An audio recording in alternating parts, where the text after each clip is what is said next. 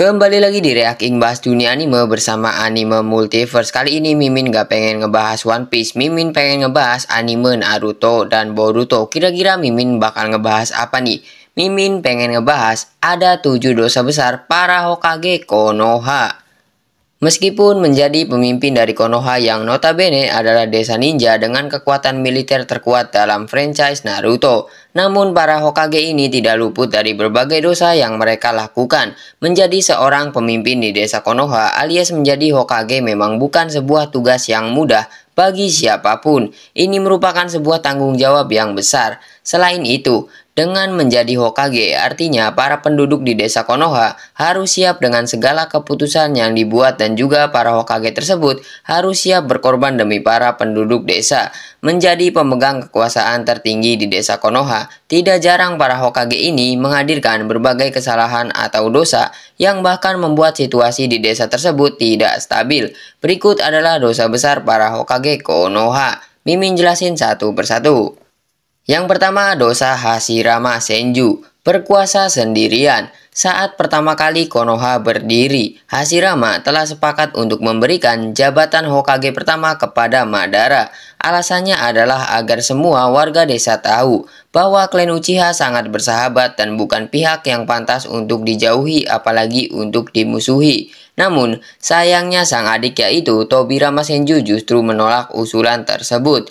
Pada akhirnya, Hashirama terpilih sebagai Hokage pertama di desa Konoha. Ironisnya, setelah Hashirama menjadi Hokage, dia tidak melibatkan Madara lagi dalam pemerintahan desa. Padahal sebelumnya dia sangat ingin membuat Madara menjadi Hokage karena merasa dikucilkan. Akhirnya, Madara pergi dari Konoha dan menyimpan dendam kepada dunia shinobi dan Hashirama. Dan Madara pun memicu perang besar dunia ninja.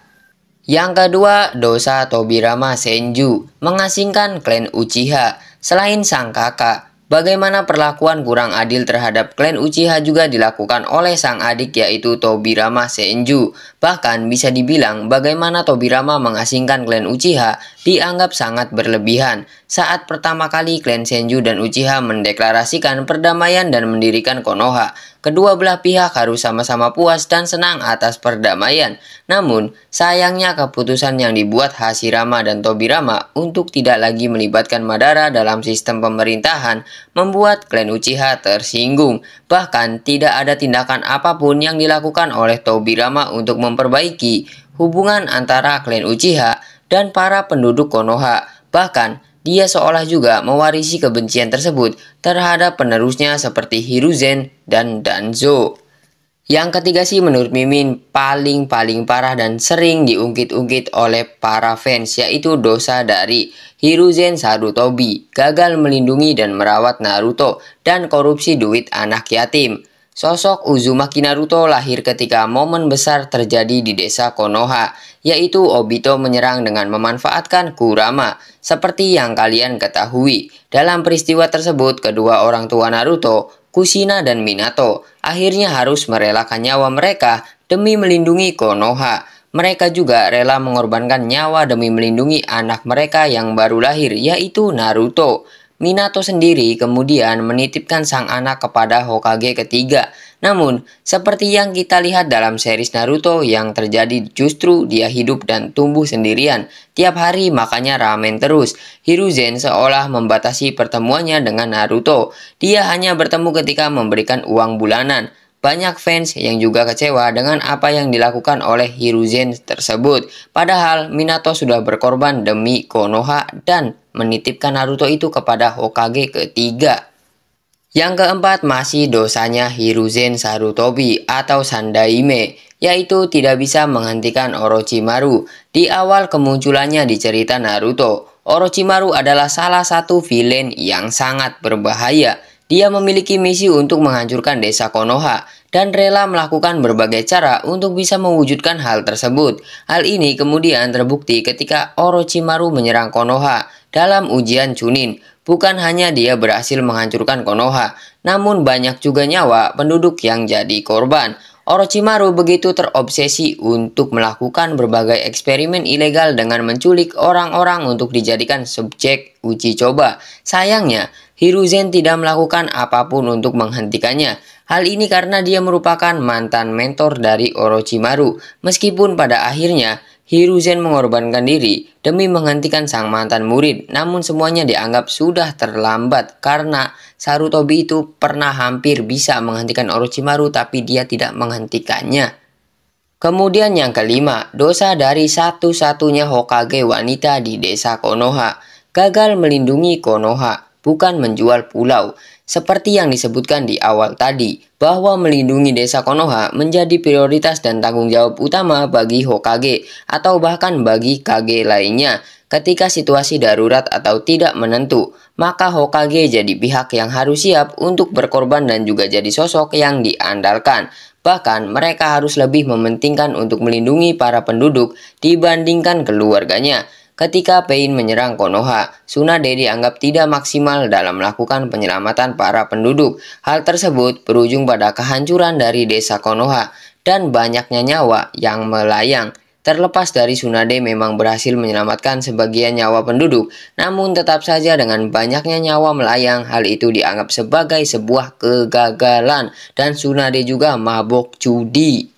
Yang keenam adalah dosa dari Hokage kesayangan kita semua, yaitu Uzumaki Naruto. Dosanya adalah nepotisme.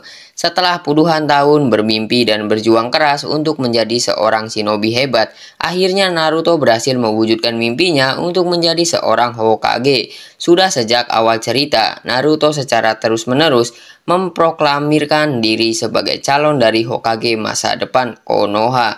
Meskipun banyak rintangan dan halangan, akhirnya setelah Perang Dunia Shinobi keempat, Naruto berhasil mewujudkan impiannya. Secara garis besar, sebenarnya Naruto dianggap sebagai salah satu Hokage terbaik, di mana dia mampu membawa perdamaian yang sulit untuk dilakukan dan didapatkan oleh para Hokage lainnya. Sayangnya, disadari atau tidak, sebenarnya Naruto memiliki dosa besar dengan memanfaatkan nepotisme. Dia memilih rekan-rekan terdekatnya untuk bekerja sama dengannya. Contohnya adalah Shikamaru dan Sasuke. Memang secara kemampuan mereka adalah yang terbaik atau sosok yang mumpuni. Tetapi sebagian beranggapan jika hal ini jadi bukti nepotisme yang buruk seperti halnya yang dilakukan oleh Hashirama. Untung aja di sini Sasuke nggak baper nih.